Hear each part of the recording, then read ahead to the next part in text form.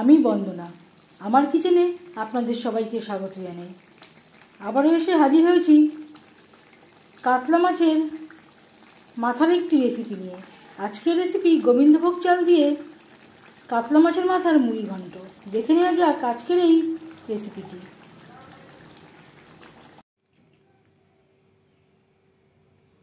গোবিন্দভোগ চাল দিয়ে মাছের মাথার মুড়ি ঘন্ট তৈরি করার জন্য এখানে আমি নিয়েছি 1.5টা কাতলা মাছের মাথা আমি পরিষ্কার করে ধুয়ে নিয়েছি। সবার প্রথমে ম্যারিনেট করব। লাগছে হলুদের গুঁড়ো, আর দিয়ে দেব স্বাদ মতো লবণ হলুদ দিয়ে মাছের মাথা বেশ ভালো করে মেখে নেব। আমি এখানে কানকো সহই নিয়েছি, আপনারা চাইলে কানকো বাদ দিয়েও নিতে পারেন।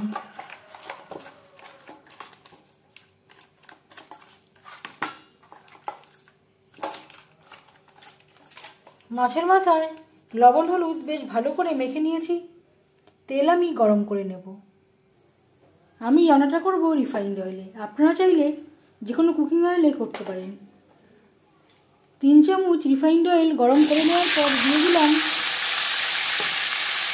মাছের মাথা।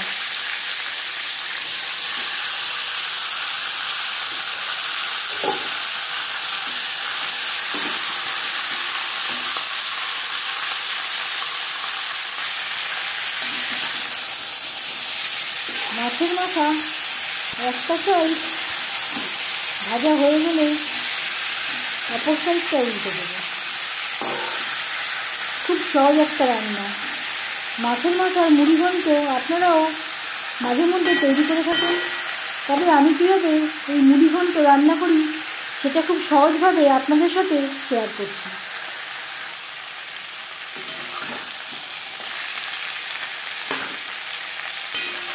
মাছের মাথা ভাজা হয়ে গেছে, একটা পাত্রে উঠিয়ে নেব।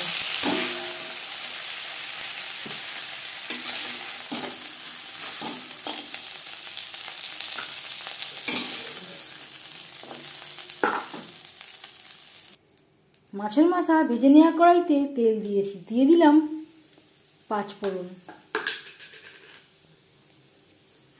15-20 সেকেন্ড 5 ফোড়ন ভেজে নেওয়ার পর দিয়ে দেব পেঁয়াজ কুচি, টমেটো।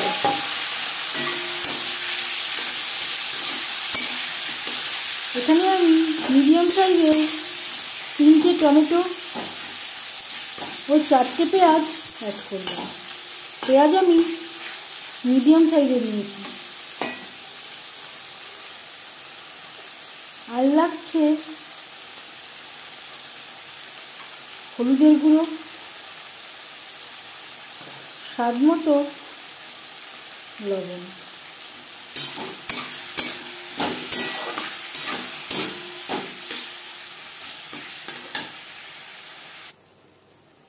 তিন 4 মিনিট রান্না করে নেওয়ার পর দিয়ে দেব আদা বাটা, কাঁচা লঙ্কা বাটা। আমি ফ্রিজে রেখেছিলাম, মশলা জমে গেছে।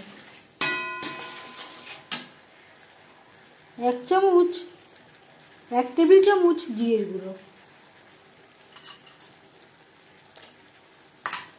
1.5 চামচ মতো আমি অ্যাড করলাম।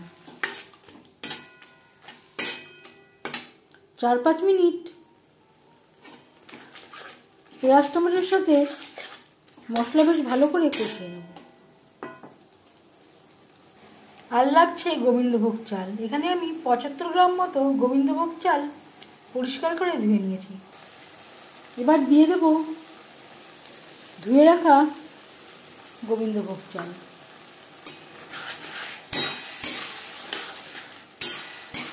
মশলার সাথে চাল বেশ ভালো করে মিক্সড করে দেব।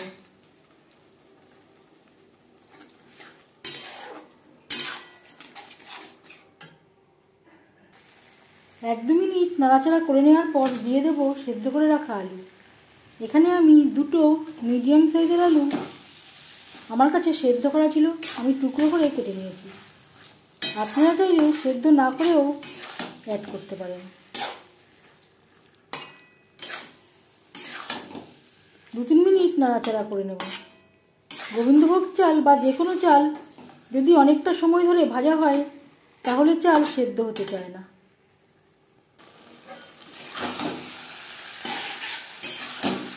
3-4 মিনিট নাড়াচাড়া করে নেওয়ার পর দিয়ে দেব জল।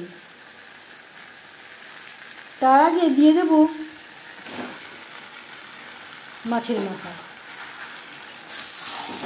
মশলা ও চালের সাথে মাছের মাথা বেশ ভালো করে মিক্স করে দেব।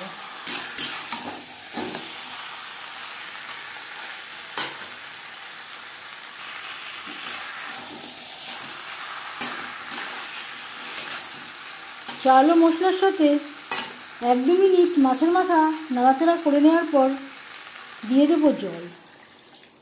জল কতটা অ্যাড করবেন সেটা সম্পূর্ণ নির্ভর করছে আপনার উপর। যেহেতু চাল সেদ্ধ হবে এখানে আমি তাই একটু বেশি পরিমাণেই জল অ্যাড করলাম।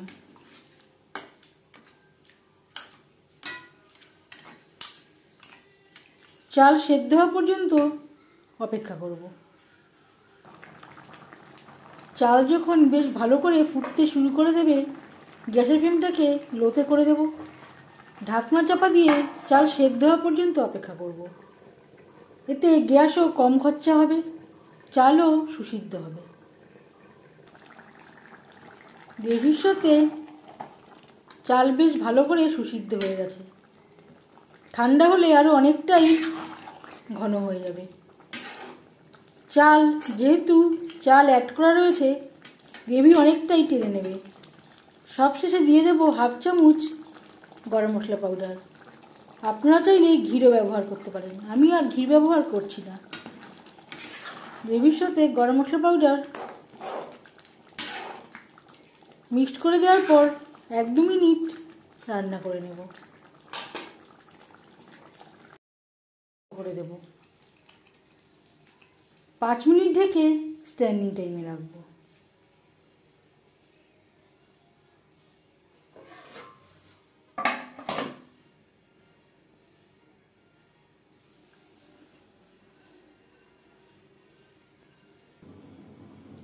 আমি কাতলা মাছের মাথা দিয়ে ট্রাই করলাম, আপনারা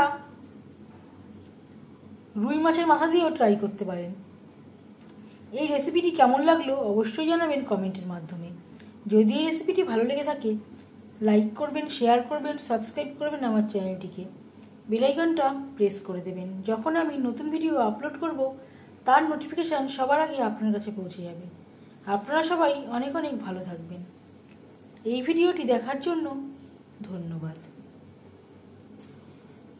10 মিনিট পর ঠিক এইরকম হয়েছে।